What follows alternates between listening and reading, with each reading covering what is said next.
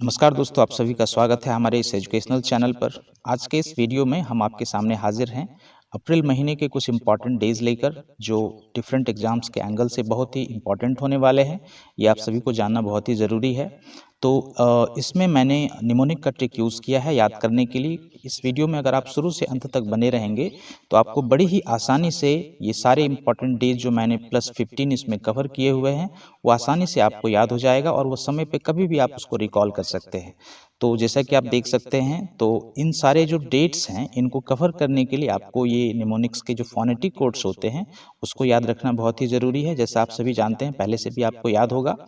जैसे कि 1 के लिए हम TD यूज़ करते हैं, 2 के लिए N, 3 के लिए M, 4 के लिए R, 5 के लिए L, 6 के लिए G, J, CH, SH, 7 के लिए K या C, 8 के लिए V या F और 9 के लिए P या V और 0 के लिए Z या S हम यूज़ करते हैं। तो इन्हीं फोनेटिक कोड्स की मदद से सारे जितने भी डेट्स हैं उसको हम डिकोड करेंगे और कुछ नहीं करना है। तो चलिए हम शुरू करते हैं। सबसे पहले आप देख सकते हैं कि नंबर 1 पर हमारा लिखा हुआ है वर्ल्ड हेल्थ डे यानी विश्व स्वास्थ्य दिवस। इसके सामने आप देख सकते हैं कार लिखा हुआ है। तो आपको कुछ नहीं करना, सिर्फ यहाँ पर एक कार से रिलेटेड कोई एक सेंटेंस सोचना है जिसमें कार का प्रयोग किया गया हो। तो हमने एक सेंटेंस यहाँ पे बनाया हुआ है कि विश्व में स्वस्थ रहने के लिए हमें कार का प्रयोग छोड़ना होगा। हम सभी जानते हैं कि कार का अगर हम इस्तेमाल करते हैं तो हमारा एक्सरसाइज नहीं होता है। तो अगर हम कार का प्रयोग छोड़ देंगे तो एक्सरसाइज होगा, तो हम स्वस्थ रह पाएंगे। तो वर्ल्ड हेल्थ डे यानी विश्व स्वास्थ्य दिवस के सामने हमने कार लिखा हुआ है।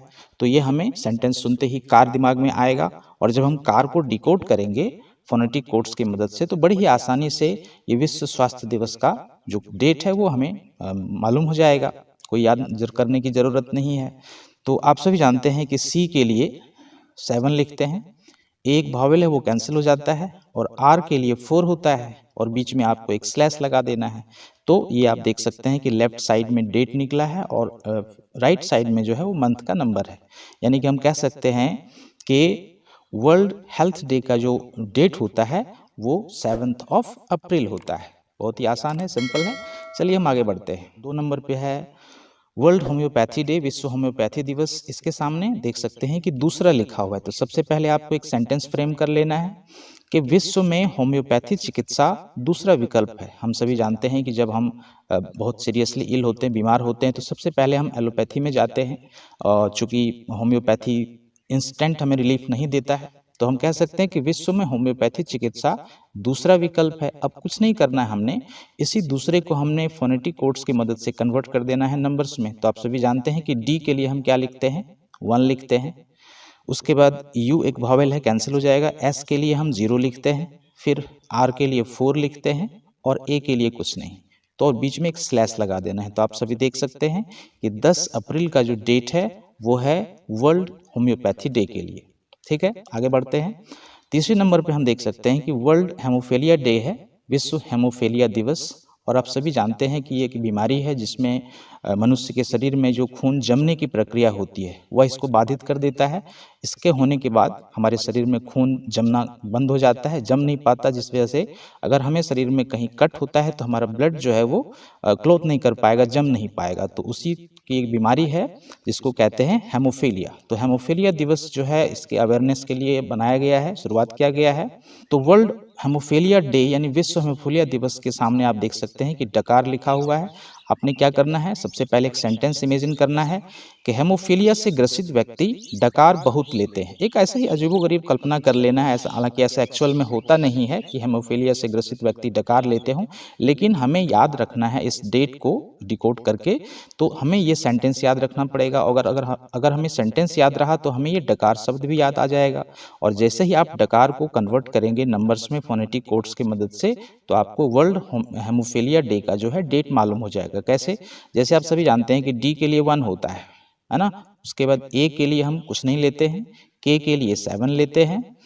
उसके बाद डबल A दोनों भावेल्स हैं, कैंसिल हो जाएगा और R के लिए 4 होता है और बीच में आप एक स्लैश लगा दीजिए। तो ये हो गया 17 अप्रैल को हम वर्ल्ड हेमोफीलिया डे मनाते हैं। उसके बाद हम नंबर 4 पे देखते हैं कि वर्ल्ड हेरिटेज डे है, विश्व विरासत दिवस। और इसके सामने आप देख सकते हैं कि देवर लिखा हुआ है। तो सबसे पहले इस देवर वाले वर्ड को लेकर आपने एक सेंटेंस क्रिएट करना है जिसमें देवर आया हुआ हो। तो हमने आपके लिए एक सेंटेंस बनाया है, आपने विरासत में मिली वस्तुओं को अपने देवर को दे दिया। आपने इमेजिन करना है कि आपको विरासत में बहुत सारी वस्तुएं मिली थी और आप एक फीमेल हैं, तो आपने क्या किया, उन सारी चीज़ों को, आपने विरासत में मिली वस्तुओं को अपने देवर को दे दिया। तो हो गया, ये सेंटेंस आपको याद आना चाहिए वर्ल्ड हेरिटेज डे को सुनने पर।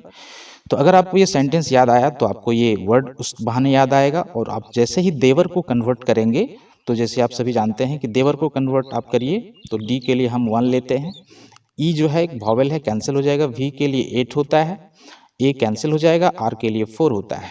तो आप कह सकते हैं कि वर्ल्ड हेरिटेज डे यानी कि विश्व विरासत दिवस 18 अप्रैल को मनाया जाता है। बड़ा ही इजी है। उसके बाद नंबर 5 पे हम देख सकते हैं कि वर्ल्ड अर्थ डे है, विश्व पृथ्वी दिवस, और इसके सामने आप देख सकते हैं कि नंदरी लिखा हुआ है। दोस्तों आप सभी जानते होंगे कि नन का मतलब होता है जो सर्व करती हैं, गरीब लोगों की सेवा करती हैं, उनको हम नन कहते हैं, है ना। तो और नन लोग जहाँ पे रहती हैं उनको हम नंदरी कहते हैं। तो मान लिया जाए कि आपको बहुत ही इंटरेस्ट है लोगों की सेवा करने में, तो आपने क्या सोचना है आपको कि आप संपूर्ण पृथ्वी पर नंदरी बनाना चाहते हैं। तो बस हो गया, नंदरी को आप जैसे ही कन्वर्ट करेंगे नंबर्स में तो आपको वर्ल्ड अर्थ डे का मालूम हो जाएगा डेट।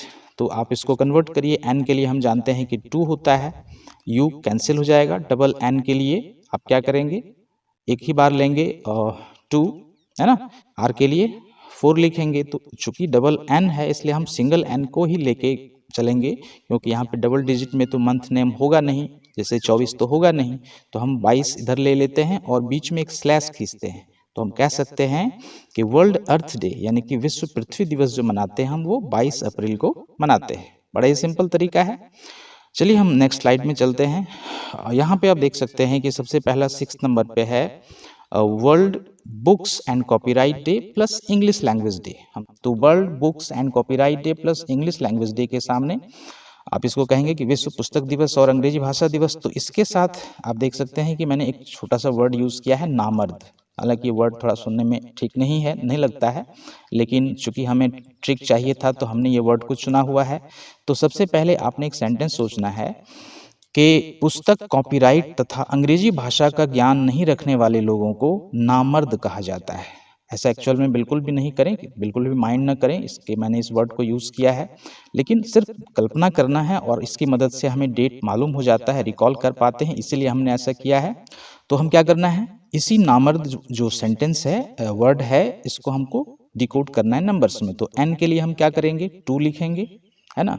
ए के लिए कुछ नहीं होता है, एम के लिए 3 होता है, फिर ए के लिए कुछ नहीं, फिर आर के लिए 4 होता है, और लास्ट में जो डी है उसके लिए कुछ नहीं करेंगे हम यहाँ पे, क्योंकि हम जानते हैं कि मंथ नेम में 4 के बाद अगर हम 1 लगाते हैं तो 41 हो जाता है, जो कि इम्पॉसिबल है।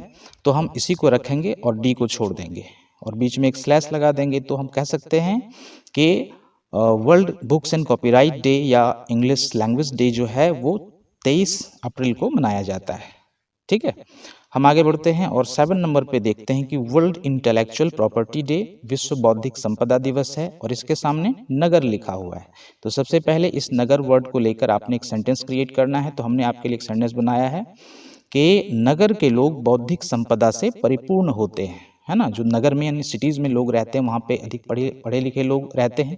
हालांकि ऐसा नहीं है कि गांव में लोग पढ़े लिखे नहीं होते हैं, लेकिन एक काल्पनिक चीज़ है जो हमें याद दिलाता है स्टेट को। तो हमने बस इतना सोचना है कल्पना के तौर पर कि नगर के लोग बौद्धिक संपदा से परिपूर्ण होते हैं। तो जैसे ही हम वर्ल्ड इंटेलेक्चुअल प्रॉपर्टी डे या विश्व बौद्धिक संपदा दिवस सुनेंगे तो हमें ये सेंटेंस याद आएगा, और उस सेंटेंस के बहाने हमें ये वर्ड मिलेगा नगर, जिसको हम डिकोड करेंगे तो हमें वर्ल्ड इंटेलेक्चुअल प्रॉपर्टी डे का डेट निकल आएगा। तो कैसे करेंगे, एन के लिए हम जानते हैं कि 2 करते हैं, ए के लिए कुछ नहीं, जी के लिए हम क्या करते हैं 6 करते हैं, और ए के लिए कुछ नहीं, फिर आर के लिए हम क्या लिखते हैं 4 लिखते हैं, और बीच में एक स्लैश लगा देते हैं। तो हम कह सकते हैं कि वर्ल्ड इंटेलेक्चुअल प्रॉपर्टी डे, विश्व बौद्धिक संपदा दिवस जो है वो 26 अप्रैल को मनाया जाता है। चलिए आगे बढ़ते हैं। 8 नंबर पे आप देख सकते हैं कि वर्ल्ड डांस डे है, विश्व नृत्य दिवस है। और इसके सामने आप देख सकते हैं कि नूपुर लिखा हुआ है। तो जो नूपुर जो लिखा हुआ है, सबसे पहले आपने एक सेंटेंस बनाना है नूपुर को लेकर के कि नृत्य करने वाले लोग नूपुर की मेहंदी लगाते हैं। मान लीजिए हमने कल्पना करना है कि नृत्य करने वाले लोग, डांस करने वाले लोग कौन सी मेहंदी लगाते हैं, तो नूपुर कंपनी की मेहंदी लगाते हैं। बस कुछ नहीं करना है, ये सेंटेंस याद रहा तो हमें ये वर्ड आ जाएगा, और जैसे ही वर्ड को आपने डिकोड किया तो इसके नंबर, आपको जो डेट है वो चले आएंगे। तो एन के लिए 2 होता है ना, उसके लिए यू कैंसिल हो जाएगा। उसके बाद पी के लिए हम 9 लिखते हैं, उसके बाद यू कैंसिल हो जाएगा, फिर आर के लिए 4 लिखते हैं और बीच में एक स्लैश लगा देना है। बस हो गया।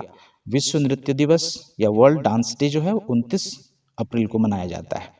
आगे बढ़ते हैं। उसके बाद है आयुष्मान भारत दिवस। ये भी रिसेंट के एग्जाम्स में पूछे जाने वाले बहुत ही इंपॉर्टेंट दिवस है में से एक है। तो आयुष्मान भारत दिवस के सामने आप देख सकते हैं कि मसूर लिखा हुआ है, और सबसे पहले आपको एक सेंटेंस क्रिएट करना है कि आयुष्मान भारत योजना का लाभ मसूर दाल खाने वाले को मिलता है। आप सभी जानते होंगे कि आयुष्मान भारत योजना के तहत गरीब लोगों को, कुछ एक लोगों को, लगभग 40 लाख लोगों को इंडिया में एक विशेष प्रकार का कार्ड बना के दिया गया है, जिसके तहत उनका इलाज मुफ्त होता है। तो उसी को हम भारत आयुष्मान भारत योजना कहते हैं, जो कि प्रधानमंत्री की तरफ से लॉन्च किया गया था। तो यहाँ पर इसको याद रखने के लिए आपको क्या याद रखना है कि आयुष्मान भारत योजना का लाभ मसूर दाल खाने वाले को मिलता है। यानी मसूर दाल गरीब लोग खाते हैं, एक्चुअल में ऐसा नहीं है, लेकिन हम कल्पना कर लेते हैं कि मसूर दाल खाने वाले लोगों को ही सिर्फ आयुष्मान भारत योजना का लाभ मिलता है। तो जैसे ही आप इस मसूर को कन्वर्ट करेंगे नंबर्स में, तो आपको डेट निकल आएगा। तो एम के लिए हम जानते हैं कि 3 होता है, ए के लिए कुछ नहीं, एस के लिए 0 होता है, और यू के लिए कुछ नहीं, आर के लिए 4 होता है, और बीच में एक स्लैश लगा देना है। तो बड़े ही आसानी से आप कह सकते हैं कि आयुष्मान भारत दिवस जो है वो 30 अप्रैल को मनाया जाता है। 10 नंबर पे आप देख सकते हैं कि लिखा हुआ है इंटरनेशनल इक्वल पे डे, अंतर्राष्ट्रीय समान वेतन दिवस। और ये आपको मैं याद दिला दूं कि ये 2018 में इसकी शुरुआत की गई थी, और आप यहाँ पे देख सकते हैं इसको मेमोराइज करना है इसके डेट को। तो कैसे इसको हम डेट को मेमोराइज करें, तो नंबर 10 पर है, यहाँ पे आप देख सकते हैं कि अंतर्राष्ट्रीय समान वेतन दिवस जो है उसके सामने एक वर्ड आया हुआ है देवर। तो सबसे पहले आपने एक सेंटेंस क्रिएट करना है कि देवर को आपने नौकरी पर रखा, इसलिए उसे भी समान वेतन देना होगा। ठीक है, यहाँ पे लिखा हुआ है देवर को आपने नौकरी पर रखा, इसलिए उसको भी समान वेतन देना होगा। बस हो गया। तो इस सेंटेंस के जरिए हमें देवर रिकॉल हो पाएगा, और देवर को आप जैसे ही कन्वर्ट करेंगे तो इंटरनेशनल इक्वल पे डे का डेट निकल आएगा। तो डी के लिए हम जानते हैं कि 1 होता है, ई के लिए कुछ नहीं, वी के लिए 8 होता है, आर ए के लिए कुछ नहीं, आर के लिए 4 होता है, बीच में एक स्लैश लगाइए। तो 18 अप्रैल जो है वो होता है इंटरनेशनल इक्वल पे डे के लिए, है ना।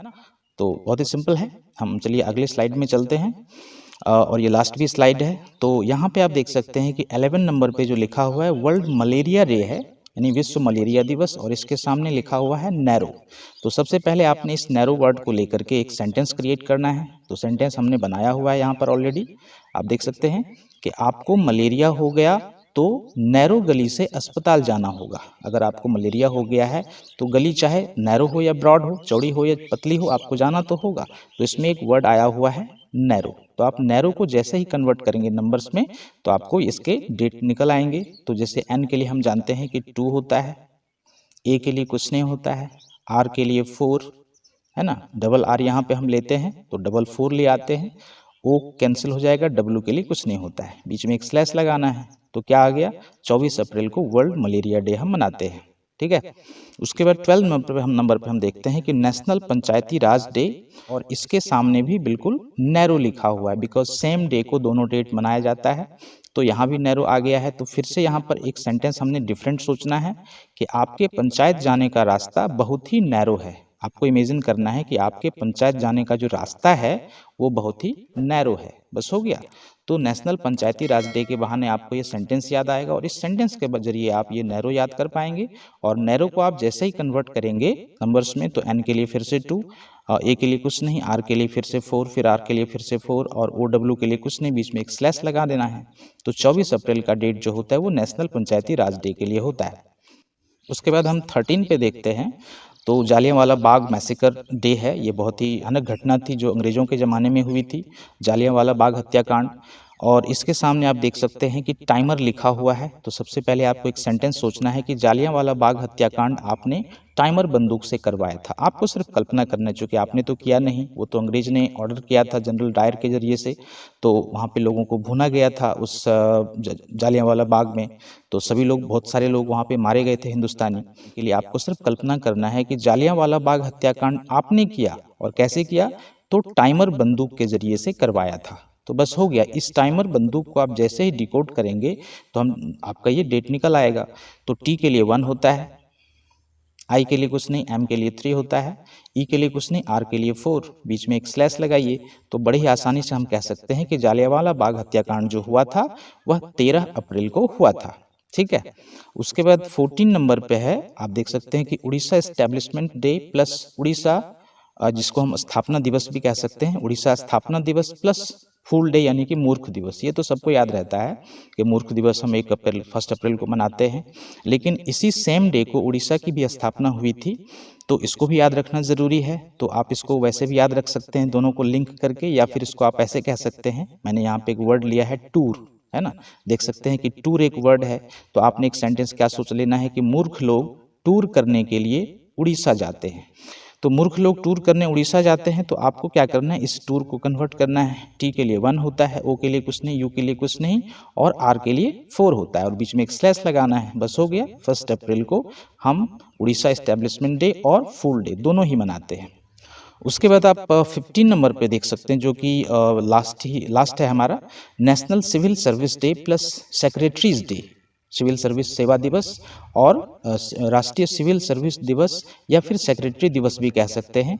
तो इसके सामने आप देख सकते हैं कि यहाँ पे निडर लिखा हुआ है ना, ये निडर वर्ड आया हुआ है यहाँ पे। तो आपको सबसे पहले एक सेंटेंस क्रिएट करना है जिसमें निडर यूज़ किया गया हो। तो आपने सेंटेंस क्या सोचना है कि आप सिविल सर्विस में अगर जाना चाहते हैं तो आपको निडर बनना होगा। तो आपको क्या करना है, या फिर आप यूं भी सोच सकते हैं, चूंकि इसके साथ सेक्रेटरीज डे भी जुड़ा हुआ है, तो आप कह सकते हैं कि अगर आपको सेक्रेटरी की नौकरी चाहिए तो आपको निडर बनना होगा। तो दोनों के लिए ही ये हो जाएगा आसानी से। तो जैसे ही आप निडर को कन्वर्ट करेंगे नंबर्स में, तो एन के लिए क्या होता है, 2 होता है, आई के लिए कुछ नहीं होता है, डी के लिए 1 होता है, और ए के लिए कुछ नहीं, और आर के लिए 4 होता है। तो बीच में स्लैश लगा देते हैं। 21 अप्रैल को हम क्या मनाते हैं, सिविल सर्विस डे या फिर सेक्रेटरीज डे। तो इस तरीके से हम बड़े ही आसानी से सारे इंपॉर्टेंट डेज को ये फोनेटिक कोड्स की मदद से याद कर सकते हैं। मुझे उम्मीद है कि आपको ये वीडियो अच्छा लगा होगा। अगर आपको अच्छा लगा हो तो हमें हमारे चैनल को सब्सक्राइब अवश्य करें, और अगर आपको ये वीडियो अच्छा लगा हो तो आप इसको लाइक करें और कमेंट जरूर करें। अगर आपका कोई सुझाव हो, मैं उस कमेंट का जवाब भी दूंगा। समय देने के लिए शुक्रिया।